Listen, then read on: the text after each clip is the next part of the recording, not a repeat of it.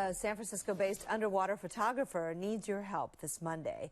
Irena Shimoda is hoping to raise enough money to offer what she calls transformational underwater portrait sessions to 22 or more cancer and trauma survivors. And she's joining us live this midday to talk about her initiative, the Underwater Transformation Project, and the connection that exists between water and healing. Good morning, Irena. Thanks for coming on Midday Live. Morning, Kristen. Talk to folks about what is the Underwater Transformation Project. What's your vision here? So underwater portrait session. Have you done underwater portrait sessions before? No, I've not. I've seen your photos though, and they look amazing. Thank you. So I do take photographs of cancer and trauma survivors underwater.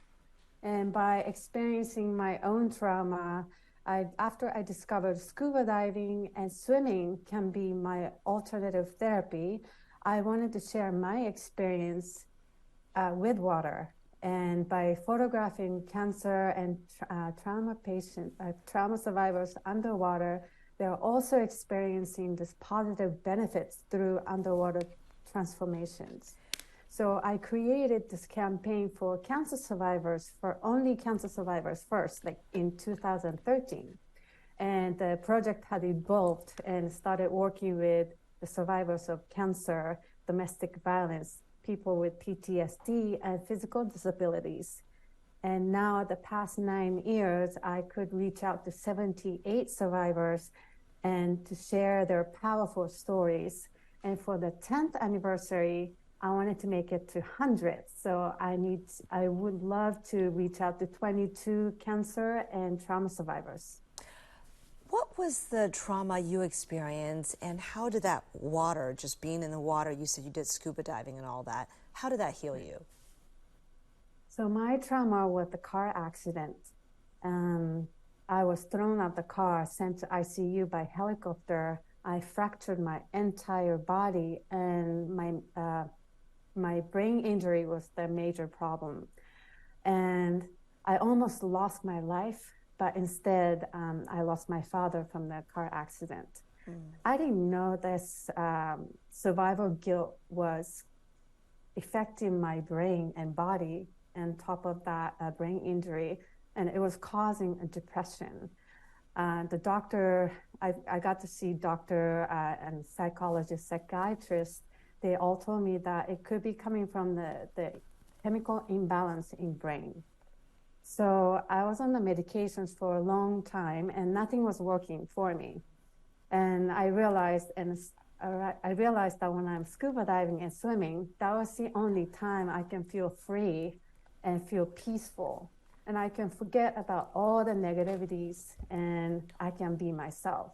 So I dropped all the medications and I started swimming every day.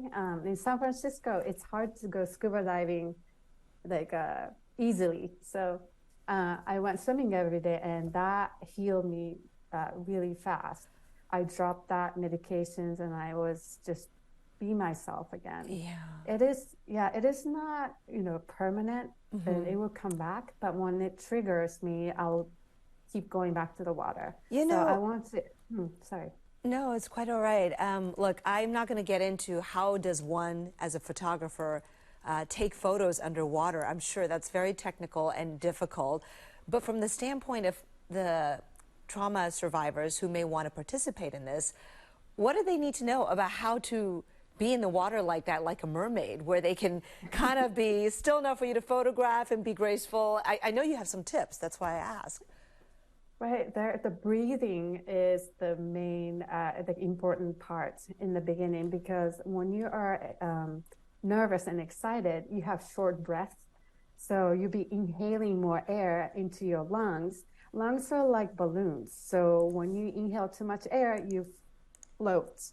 So try not to inhale too much when you go in the water, which is the totally opposite thing, because you want to inhale water like, and then go down. But instead, just exhale and just relax and then go down in the water, and you'll be fine. You look beautiful underwater, and you'll be free. Well, Irena Shimoda, this is incredible work, and for folks who may be interested, whether it's to participate if they need that or to donate, and you do need funds for that, you can go to underwaterhealer.com. Again, underwaterhealer.com.